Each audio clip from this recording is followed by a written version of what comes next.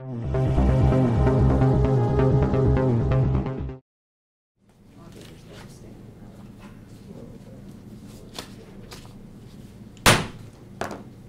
this time, I'll call the July 16th, 2020 meeting to order for Dixon County Commission. Would you please stand and join in the flag salute? I pledge allegiance to the flag of the United States of America and to the republic for which it stands, one nation, under God, indivisible, with liberty and justice for all. There's no additions to the agenda, so I'd move that we approve it as printed. I second it. We have the motion and the second. Any discussion or questions? All in favor say aye. Aye. Opposed? Motion carries. The consent agenda includes the minutes of the July 9th meeting for fund expenditures of $674,864.55, the abatements of $970.50, wire payments, which are credit cards, of $21,108.44, utilities $8,533.19.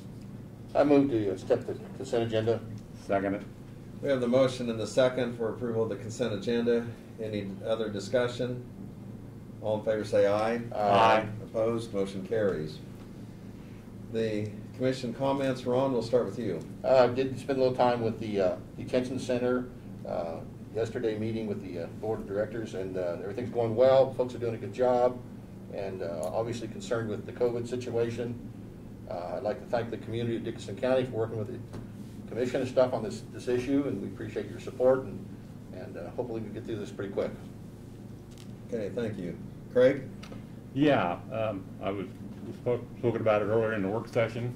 I come on 1815 over to Jeep Road, and the county asphalt crew evidently a couple days ago or day before had put down a new asphalt. Done an excellent job, just better than Schilling did, I think, on 15, 18.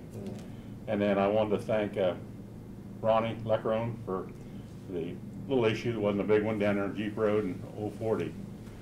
Took down about Randy Leckrone for taking down a couple roads going and made the visibility a lot better. That's all I have, Lynn. Okay, thank you. Earlier in our work study session, we did go over some of the budget numbers, and we're getting close to that. If Janelle has everything ready, it looks like probably on August 13th we'll have our hearing, but she's getting all the numbers ready so they can be published. Brad gave us an update as far as the Sparks money and some of the areas that would qualify for that. We also had Kathy Mosier here from Central Kansas Mental Health and giving us an update on some of the changes that have taken place because of COVID and some of the challenges that they have. I do have a meeting at Central Kansas Mental Health on Monday, a board meeting that I plan to attend. That's all I have. We do not have any petitions or proclamations. Are there any public comments? We do want to welcome Barb back. Thank you. Things will go more smoothly at our meetings with her. Lynn, you might want to talk to Kathy about the new website and stuff. I forgot about that. So okay. Yeah, thank you. And Brad may cover some of this in his report, but we do have the Dixon County Health Department. It's a COVID summary. That's going to be going out on 3 times a week, Monday, Wednesday, and Friday, but it gives just the statistical information as far as some of the age groups. It has the demographics, the deaths by age, hospitalizations, statewide deaths, and so anyway, it's just something to let us know what's going on here in Dixon County and have the information out to the public, but also I think this helps as far as the awareness, and I know people still have high levels of concerns and safety steps that are being taken and will continue to be taken. And so anyway, appreciate the county, all the work that they've done on that as far as our county staff and administrator. Okay, we'll go ahead. Brad, if you have your report, please. Yeah, we'll start out with a report, an update on the jail project. We had our meeting on Monday, and everything's going very well. This week we've had a couple stumbles just because it seems like we had rain every morning. But the walls in the jail are just about all up and complete, the ones that they didn't have completed, that you guys went through last week. We're working on some of the smaller ones and stuff now. And then they've also got what we call the 6 line, which is the wall between the actual courthouse and the corner of the building out there, about 2/3 of the way up this week, being the north side of where the concrete was poured. So they're continuing to do that. They were looking to get to have the booking area ready by the end of this week, be ready to pour next week. That's gonna be delayed a little bit because with the rain, it's been muddy and the plumbers and electricians haven't been able to quite get their stuff prepped. But it shouldn't be more than a few days delayed. So if you looked at it, they've got the uprights on the exterior, the administration portion all up.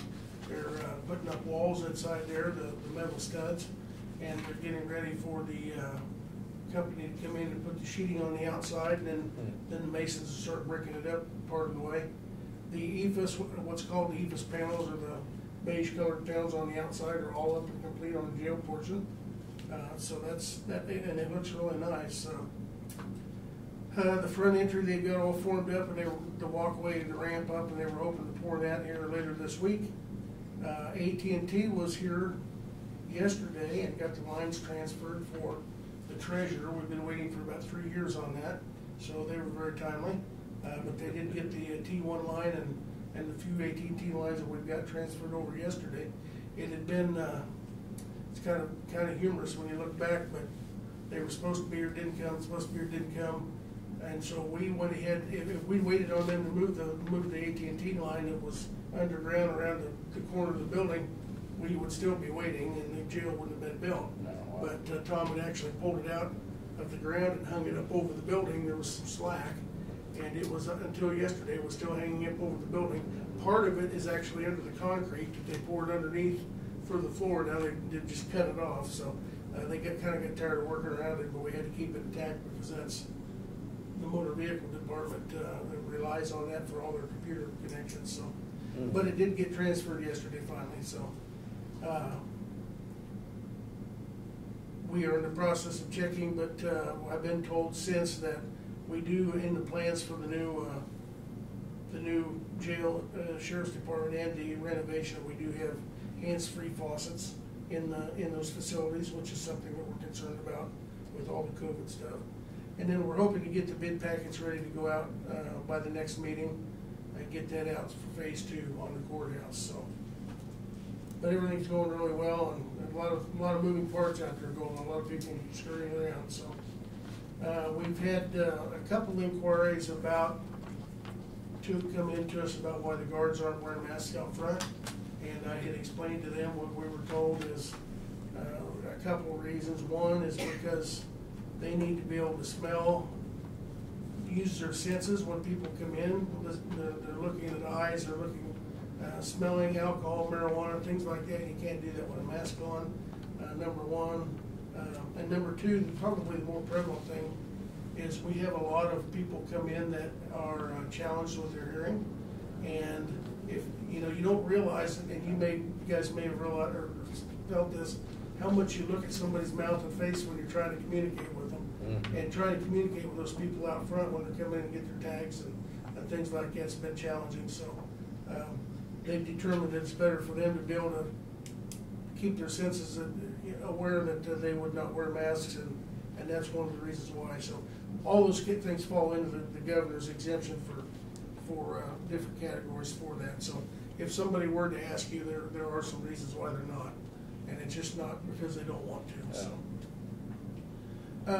I did receive contact from the funeral home in Junction City Tuesday that they have another indigent death that they're working on, cremation, a person from Enterprise, and I did some checking on that, trying to find any assets or any information on the gentleman. I could not, so we will have another bill coming in for a cremation.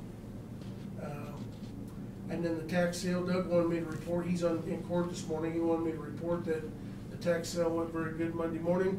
They had 20 parcels that they attempted to sell and sold 16 of those, which is really good. So the total was $16,170 that the county gleaned from that auction. So, and those 16 will hopefully be back on the tax rolls now and start generating some revenue. I think that's in all my years, that's the best auction that we've had as far as the number of parcels that have sold and the least number that were on the list.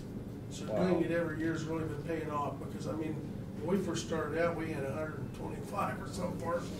They were going through. It was, and we hadn't had an auction, a sale for several years. So I don't know whether people that play that system, whether they're getting the word that, it's not working out so much, you need to be paying your taxes because you can't live on, the county is doing something about it or what, but it does seem to be making a difference. So that's all I've got for now. Okay, thank you. As far as notices and communications, we continue to hear a few comments back that people have. Just as far as what we're doing health-wise, and the mask, and I think a lot of people were waiting to see what the governor would have to say, and now that information's out, I think that's more of a more center stage on how that's going to look as far as schools and the state of Kansas is concerned. But we certainly do continue to welcome comments on that. As far as mail, I did have it's the plat directory for Dickson County, and it's something that is sent out to us, and it's kind of helpful just to see throughout the county who some of the property owners are, and it's a useful tool for a lot of people. I did not have any other notices and communications. Anyone else? I was going to ask Ron, I've got you in the deal. How did the Tri-County Fair go, Ron? Do you hear? I hadn't heard. Okay. I saw some still on my wife showed me some stuff on Facebook, the people that won stuff. I didn't know you heard anything or not. I did not. Okay. Okay, we do not have any resolutions or other business. Is there a motion to adjourn? So moved. I'll second it. We have the motion, the second to adjourn. Any other discussion? All in favor say aye. Aye. Opposed? Motion carries. We're adjourned.